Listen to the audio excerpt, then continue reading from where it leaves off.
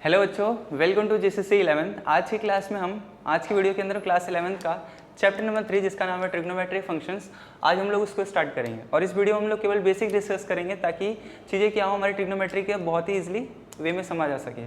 तो चलिए स्टार्ट करते बिना देरी के। सबसे पहले हम लोग बेसिक स्टार्ट करेंगे। अच्छा, बेसिक स्टार्ट करने से पहले मैं आप लोगों से पूछना चाहता हूँ कि what do you understand the meaning of the trigonometry. Trigonometry का मतलब क्या होता है? नहीं मालूम तो देखिए हम लोग बताता हूँ मैं आप लोगों को। Trigonometry TRI, trigonometry. ट्री का मतलब क्या होता है? थ्री। ट्री का मतलब क्या होता है? एक तरीके से कहेंगे तो थ्री। और कैमरा में नहीं है, स्टूडेंट सामने बैठा। गोनो क्या चे? गोनो। तो गोनो का मतलब क्या होता है? एंगल। एंड मेट्रिक, मेट्रिक का मीनिंग क्या होता है? Measure. So what is the meaning of the trigonometric? The meaning of the trigonometric is the measurement about the three angle is known as the trigonometric. ठीक है। तो हालांकि इस chapter में क्लास 11th में हमको ट्रिग्नोमेट्रिक का मीनिंग नहीं पूछा जाएगा, लेकिन फिर भी आपको ऐसा नॉलेज पता होना चाहिए। अच्छा, तो हमारा जो नया टॉपिक स्टार्ट होगा सबसे पहले, उस टॉपिक का नाम है एंगल। क्या? एंगल। ठीक है। तो आप लोग क्या समझते हैं एंगल के बारे में? पता है आप लोगों को एंगल क्या होता है? और आप लोगों से पूछा जाता है आप लोग एक ही एंगल का नाम बताओ, मतलब कुछ एंगल्स का नाम बताओगे, जैसे कि आपने पढ़ रखा होगा, सुना भी होगा। राइट एंगल होते हैं, ऑब्ट्यूज एंगल होता है, एक्यूट एंगल होते हैं, कंप्लीट एंगल, जीरो एंगल। तो देखिए वो सब जो एंगल की आप बारे में बात करोगे, आखिर आप लोग को माइंड में जो आ रहा है वो सभी जो एंगल्स है वो हमारे किस चैप्टर के हैं? ज्योमेट्रिक चैप्टर का है। और ये ट्रिग्नोमेट्री है। तो ज्योमेट्री का और ट्रिग्नोमेट्री का कनेक्शंस बिल्कुल नहीं है, उसको आप ट्रिग्नोमेट्री में ज्योमेट्री में ही यूज़ करेंगे। तो यहाँ पर हम किस एंगल की बात करेंगे? तो यहाँ पर केवल हम दो टाइप्स के एंगल की बात करें। एक एंगल होता है हमारा पॉजिटिव एंगल। कौन सा angle? Positive angle. And second angle is negative angle. कौन सा? Negative angle. Okay. So what do you understand the meaning of the positive and the negative angle? मालूम है किसी को? नहीं मालूम है तो सबसे पहले देखिए, पॉजिटिव एंगल और एंगल नेगेटिव एंगल के बारे में डिस्कस करना बहुत ज़्यादा इंपॉर्टेंट है, क्योंकि जो फर्स्ट एक्सरसाइज है इन्हीं के ऊपर बेस्ड है। तो पॉजिटिव एंगल और नेगेटिव एंगल डिस्कस करने से पहले हम दो वर्ड का आपको मीनिंग पता होनी चाहिए। एक वर्ड होता है हमारा क्लॉकवाइज। क्या होता है? क्लॉकवाइज होता है। और and second word is anti clockwise. Anti clockwise. So आप लोगों को मालूम है क्लॉकवाइज एंड एंटी क्लॉकवाइज का मीनिंग क्या होता है? तो देखिए क्लॉकवाइज का मतलब क्या होता है? फॉर इमेजिन यहाँ पर मान लीजिए कि यहाँ पर एक घड़ी दे रखी है। ठीक है, ये क्या हमारी एक घड़ी है और इस घड़ी में ये 12, 3, 6 एंड 9। तो 12 के बाद कितना बचेगा? 1, 2, 3। तो ये क्या हो रहा है? किस डायरेक्शन मूव कर रही है ना? क्लॉकवाइज। 12 के बाद 1 बज रहा है, 2 बज रहा है, 3 बज रहा है।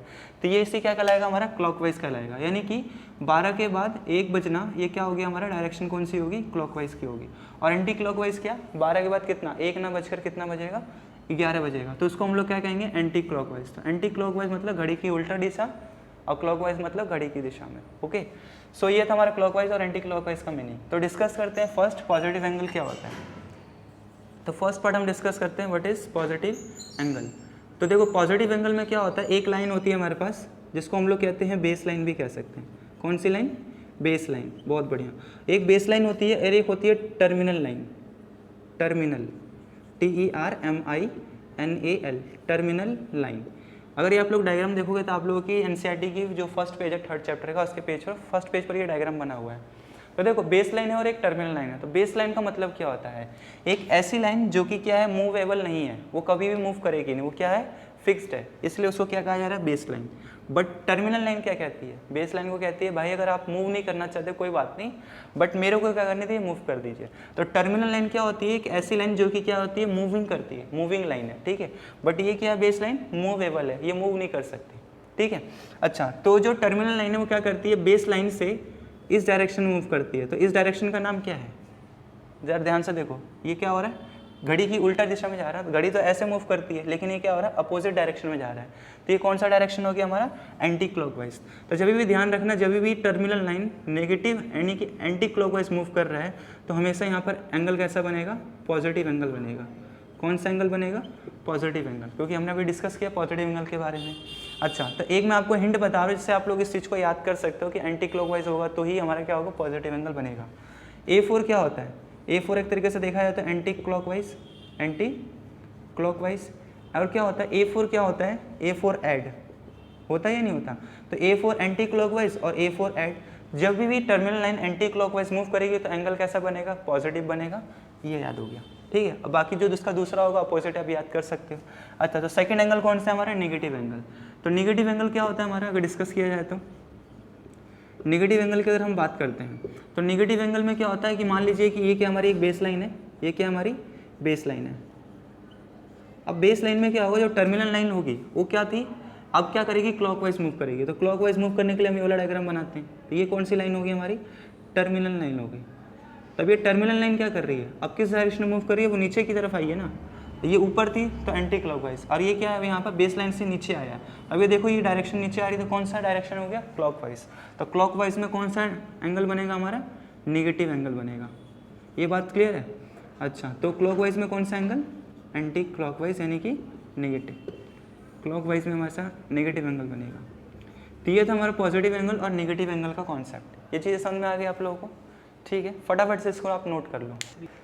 तो चलिए, अब हमने अभी क्या देखा, अभी एंगल के बारे में डिस्कस किया था हमने, क्या था, एंगल था, और एंगल में एक पॉजिटिव एंगल एक नेगेटिव एंगल हमने डिस्कस कर लिया। जब base line terminal line anti clockwise move करती है तो हमारा पॉजिटिव एंगल बनता है, और टर्मिनल लाइन क्या करती है, क्लॉकवाइज मूव करेगी तो नेगेटिव एंगल बनता है। चलिए ठीक है, तो अब हम नेक्स्ट टॉपिक स्टार्ट करते हैं जिसका नाम है रेडियन। क्या है ये, रेडियन है, और ये शायद ही आप लोगों को क्लियर हुआ होगा, RADIAN। देखिए रेडियन के बारे में सबसे पहले जानते हैं कि रेडियन आखिरकार होता है क्या है। अभी क्या होता था कि जब भी हम लोग एंगल मेजर करते थे वो किस में मेजर करते थे, हम लोग हमेशा डिग्री के अंदर मेजर करते थे। जैसे बोलना था ये 30 डिग्री का एंगल है, 40 डिग्री है, 90 डिग्री, 60 डिग्री।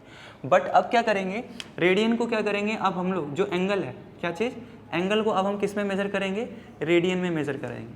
तो रेडियन क्या हुआ, तो रेडियन भी एक यूनिट है, it is a unit which is used to measure the angle. तो ये भी क्या होता है कि एक मेजर एंगल को मेजर करने की ये क्या एक हमारी यूनिट है, ठीक है ना, क्या चीज़, रेडियन। तो जैसे कि हम लोग एंगल को क्या करते हैं, डिग्री को हम लोग किससे रिप्रेजेंट करते थे, कोई भी नंबर लिखा हमने, जैसे बोला कि 3 डिग्री, तो 3 डिग्री के ऊपर हम लोग ये वाला सिंबल लगा रहे थे। इससे क्या पता चलता था कि रेडियन को, डिग्री को रिप्रेजेंट कर रहा है। तो रेडियन को रिप्रेजेंट करने का तरीका हो, जैसे कोई भी नंबर देगा उसके ऊपर क्या लिखा होगा, स्मॉल c लिखा होगा। जैसे कि मैं आपको लिख देता हूँ 2 लिख दिया, तो ये भी क्या होगा हमारा डिग्री में, रेडियन में ही आ जाएगा। और एक बात और, जो पाई की फॉर्म में भी होते हैं ना, वो भी हमारे क्या होता है, रेडियन में ही होता है। तो ये जैसे कि π/2 लिखा है, तो ये भी क्या होगा हमारा रेडियन में ही इसको कंसिडर किया जाएगा। समझ में आई बात। अच्छा, तो ये रेडियन था। अच्छा, इसके अंदर क्या होता है, एक फॉर्मूला होता है, theta is equal to L/R। Theta is equal to L/R। L क्या होता है हमारा, लेंथ ऑफ आर्क होती है। क्या होता है, लेंथ ऑफ आर्क। और R क्या होता है हमारा, रेडियस होता है। क्लियर है। Theta is equal to L/R, where L is the length of arc and R is the radius. अब ये चीज़ होती क्या है, इसका यूज़ क्या करेंगे। तो देखो आप लोगों को एक देखा जाए तो मान लीजिए कि एक सर्कल है हमारे पास, क्या है ये, सर्कल है, ठीक है। इस सर्कल के पास क्या है, एक अपना सेंटर होता है, सभी सर्कल के पास होता है, छोटा हो चाहे बड़ा हो, सभी सर्कल के पास क्या होगा, अपना एक सेंटर होगा। तो सर्कल क्या कर रहा है, सर्कल के जो रेडियस हैं वो क्या कर रहे हैं, कुछ थीटा एंगल पर क्या कर रहे हैं, थीटा एंगल पर कुछ एंगल बनाते हैं और उसका कुछ लेंथ ऑफ आर्क दे रहे हैं। तो मान लेते हैं कि ये पॉइंट ए और ये पॉइंट बी है और ये पॉइंट हमारा ओ है जहाँ पर सेंटर है। तो ये क्या करें, रेडियस की हेल्प से इन्होंने क्या करा, एक माइनर आर्क बनाया, माइनर सेगमेंट बनाया, ठीक है। और जो पॉइंट ए से लेकर पॉइंट बी जो डिस्टेंस है, इसको हम लोग कहते हैं क्या है, याद आया कुछ 10th की बातें, 10th में सारी चीज़ें डिस्कस करी थी हम लोगों ने। ये सर्कल है, ये क्या होता था हमारा छोटा सा माइनर सेगमेंट होता था। और माइनर सेगमेंट में क्या होता था कि यहाँ से यहाँ तक का जो पॉइंट होता था उसको हम लोग क्या कहते थे, लेंथ ऑफ आर्क कहते थे। क्या कहते थे, लेंथ ऑफ आर्क कहते हैं, ठीक है। और ये क्या होता है, हमारा रेडियस होता था। अगर हमको ये वाला एंगल फाइंड करना तो क्या करेंगे, लेंथ ऑफ आर्क अपॉन में रेडियस कर देंगे। तो वही हमने यहाँ पर फॉर्मूला लिखा कि थीटा इज इक्वल टू क्या होता है, length of arc upon radius. Clear है, ठीक है। अच्छा, एक चीज़ इसको नोट कर लेना, क्योंकि ये हो सकता है कि आप लोगों के पेपर में 1 नंबर का पेपर में क्वेश्चन में पूछ ले।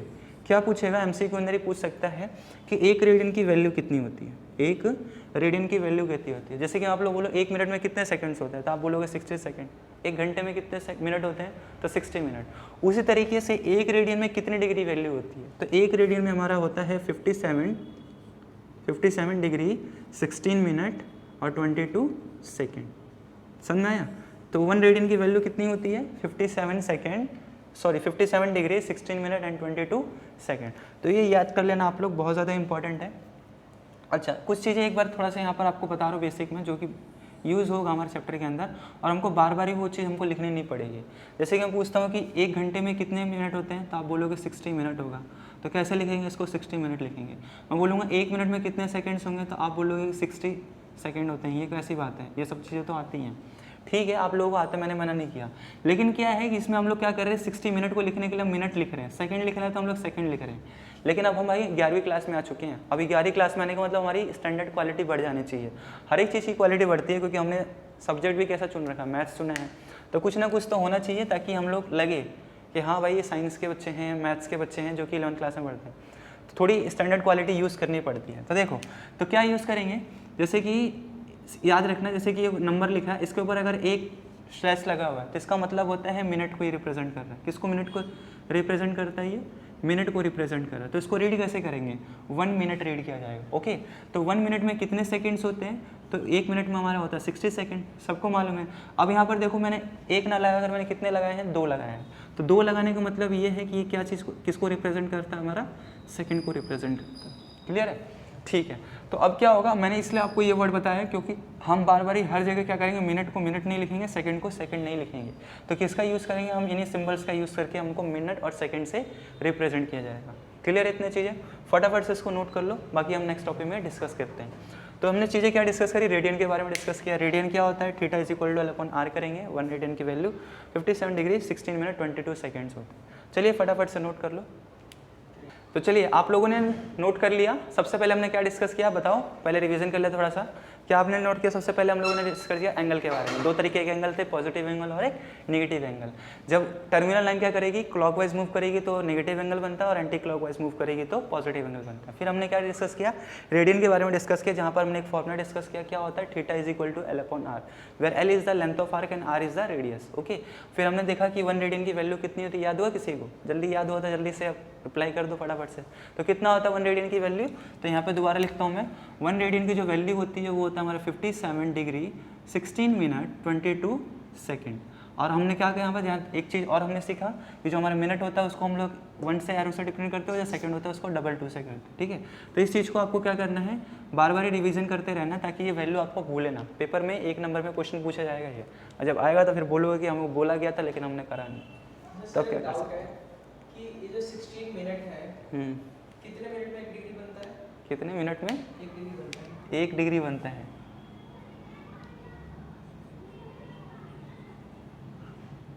क्योंकि कितने सेकंड में 1 मिनट बनता है ये तो समझ आ गया, लेकिन कितने मिनट में 1 डिग्री बनेगा, तो 57 डिग्री 16 मिनट और 22 सेकंड है।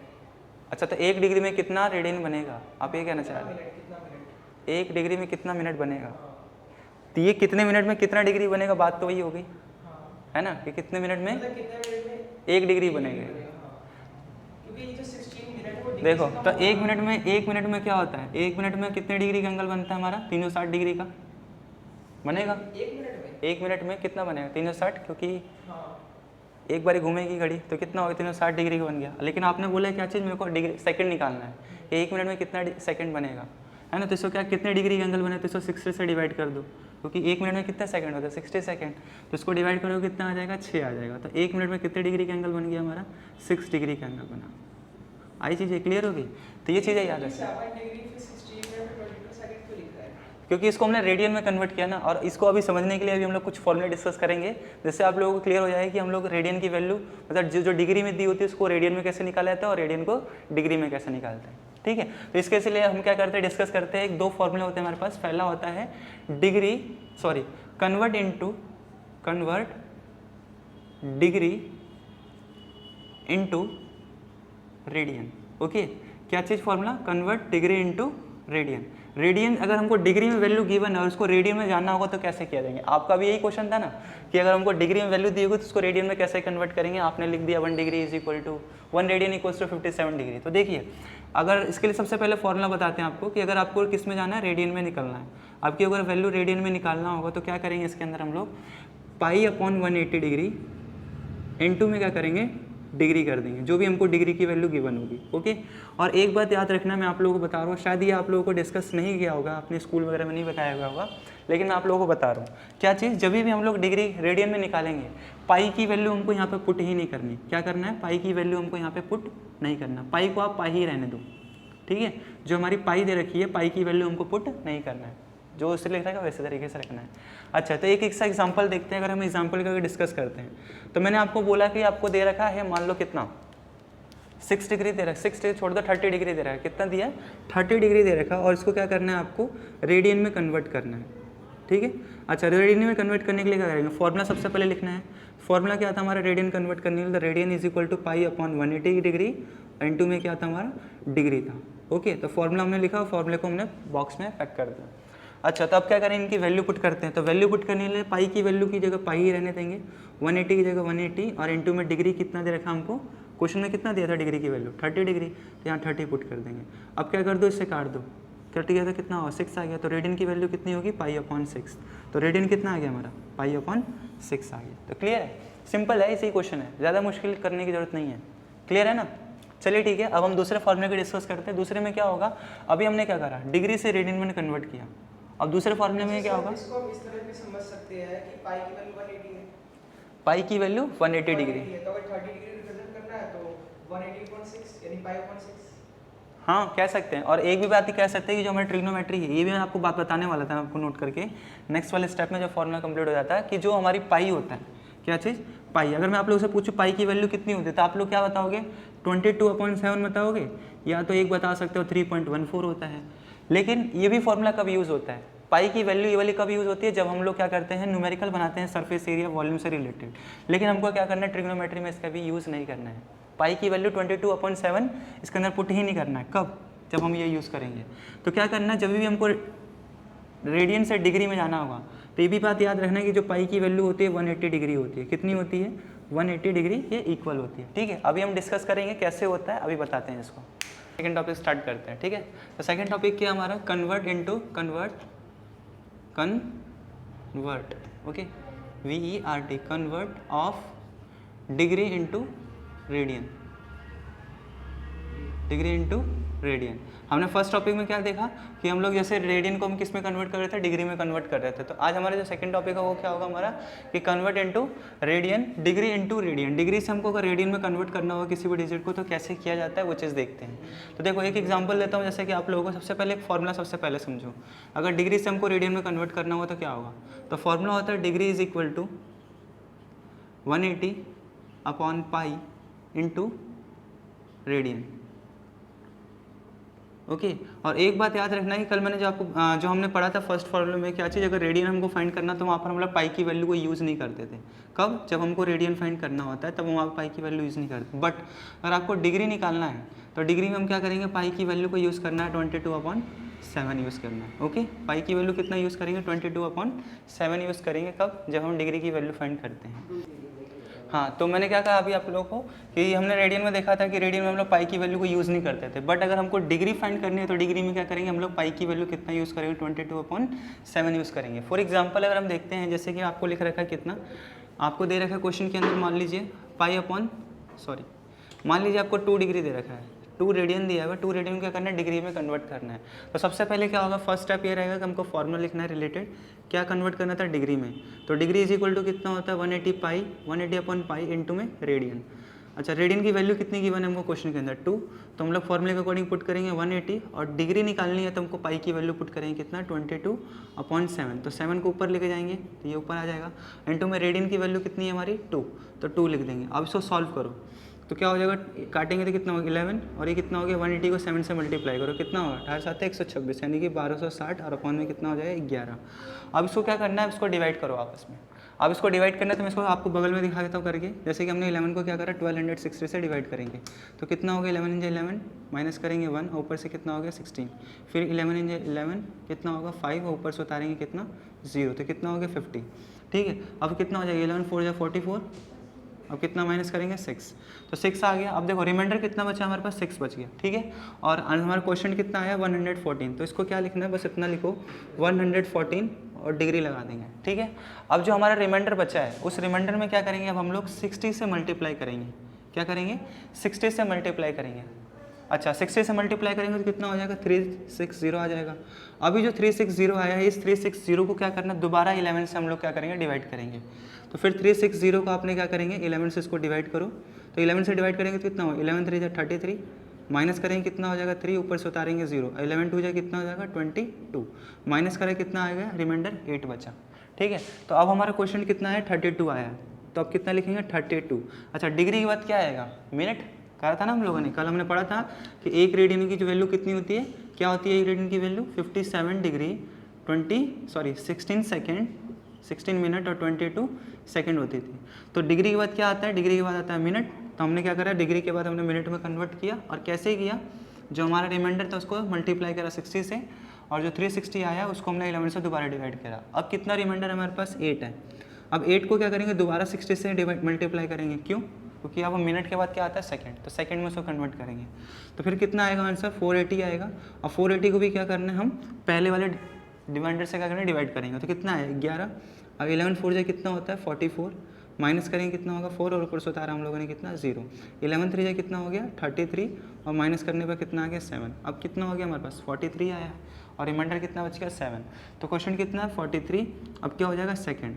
अब देखो सेकंड से छोटी कोई यूनिट होती है टाइम की, नहीं। तो अब क्या कर देंगे इसको, अब यहीं पर लीव कर देना। तो हमने क्या करा, तो हमारा आंसर कितना है 2 रेडियन की वैल्यू डिग्री में 114 डिग्री 32 मिनट 43 सेकंड आ गया। आया समझ में कैसे करना है, ठीक है। अच्छा एक एग्जांपल और करते हैं, और उसके बाद हम क्या करेंगे, सेकंड क्वेश्चन को सॉल्व करते हैं।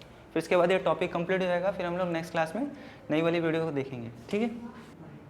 तो चलिए देखिए, अब एग्जाम्पल नंबर 2 देखते हैं। और एग्जाम्पल नंबर 2 क्या है, पहले देखो, पहले तो हमको एक नॉर्मल नंबर की फॉर्म में दे रखा है, जैसे 2 डिग्री दिया था, 2 रेडियन दे रखा था।